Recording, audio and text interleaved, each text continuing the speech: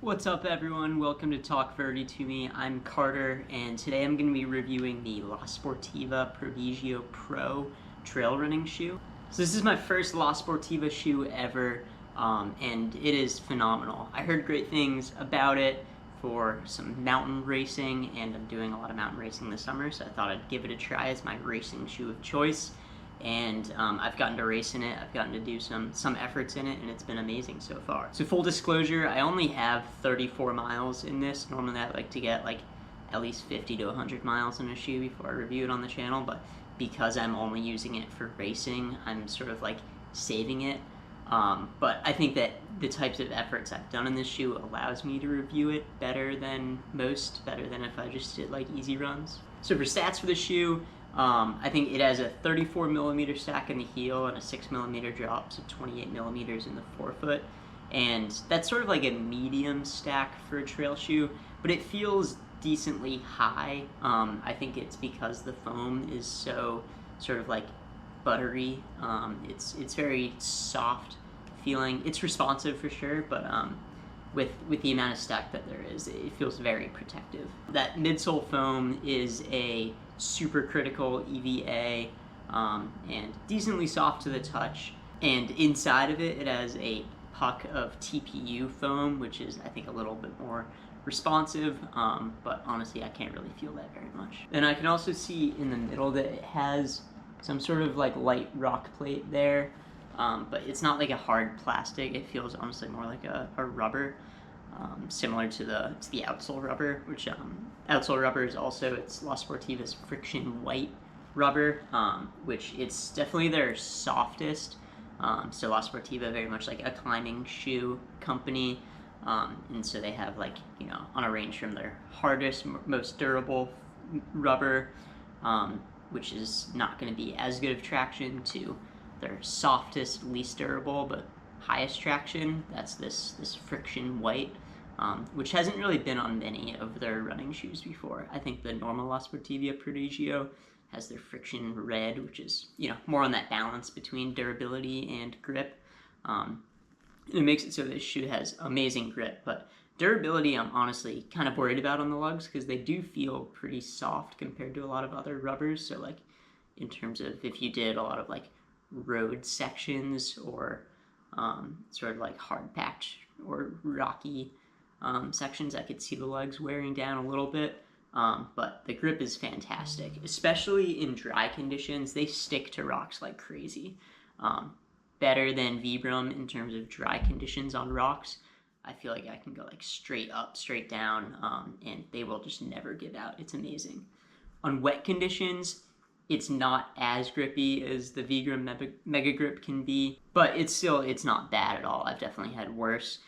Sort of in my like hierarchy of like the best outsole rubbers I've used, like Vibram Mega Grip's probably the grippiest on wet rock, and then it's probably this friction white from La Sportiva, and then like Adidas Continental's still solid, and head and shoulders above like some of like the North Face's outsole rubbers that they've used. Yeah, and the upper on this shoe is sort of like a one-piece upper, no like set tongue or anything like that. I was a little worried at first about like lockdown on, you know, a shoe meant for very technical mountain running. At least that's what I'm using it for, in these like sort of 15 to 20 mile mountain races.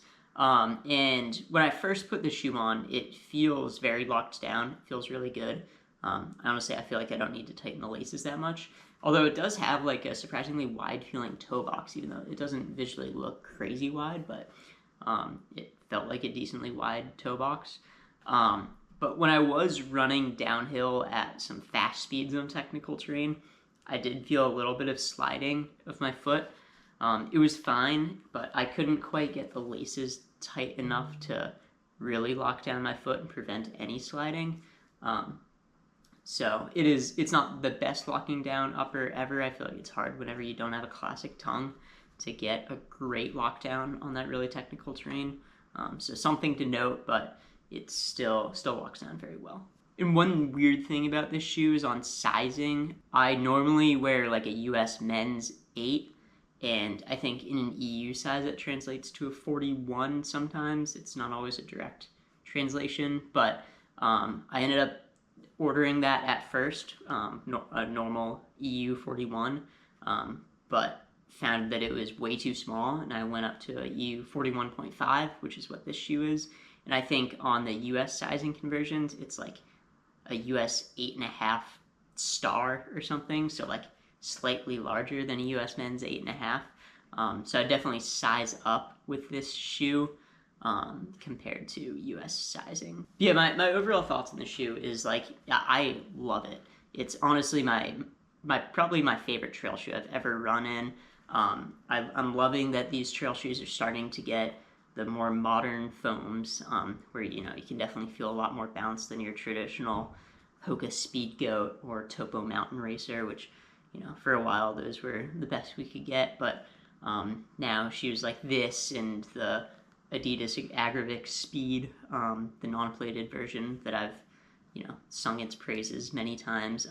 Yeah, getting these modern foams in trail shoes has made the ride so much more enjoyable. I've gotten spoiled by running on roads in shoes like the Adidas Evo SL and like Saucony Endorphin collection, stuff like that. And finally bringing that over to trails in a non-plated shoe is amazing.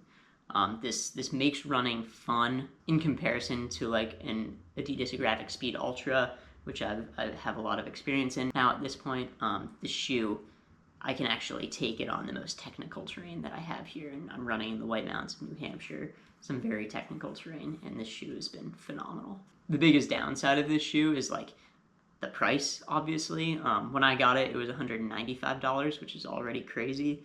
Now I saw it's gone up to $225, probably from tariffs.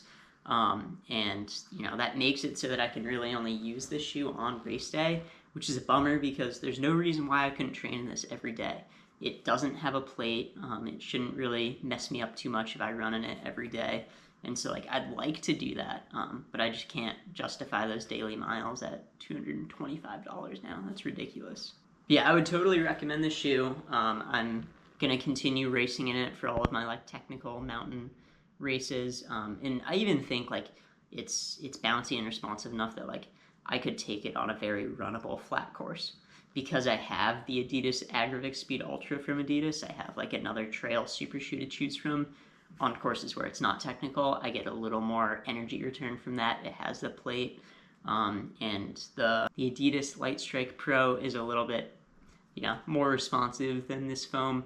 But if I didn't have that shoe, I would be happy to take this on even courses that are a lot of dirt road sections or paved road sections, just because it feels great on everything. So yeah, it's sort of my quick review of the La Sportiva Prodigio Pro. A little bit scattered, but yeah, conclusion, I think that this shoe's amazing. The biggest thing holding it back is the price, but if you're running on technical terrain, mountain races, or any trail races for that matter, I think it's great to go for. It has enough cushion to last you for 100 miles or more. I don't think that you really ever need more cushion than this. I know the La Sportiva Prodigio Max is coming out, but I really can't picture myself ever reaching for that. But it's not too much cushion for those fast, short, technical mountain races. One thing I forgot to mention is weight. I think it's somewhere in like the mid 9-ounce range, which on paper is like a little heavy, but most of our trail shoes don't really get lighter than 8 ounces. And I'd sacrifice the slightly heavier weight. It doesn't feel heavy at all on hand or on foot. And I'd sacrifice that weight for more protection and more responsiveness underfoot. So yeah, I'm going to continue racing in this, and I would recommend you do too if you're interested. Yeah, so I hope that you enjoyed that video, quick review, and if you did, please like this video, subscribe to the channel, and as always, keep on running.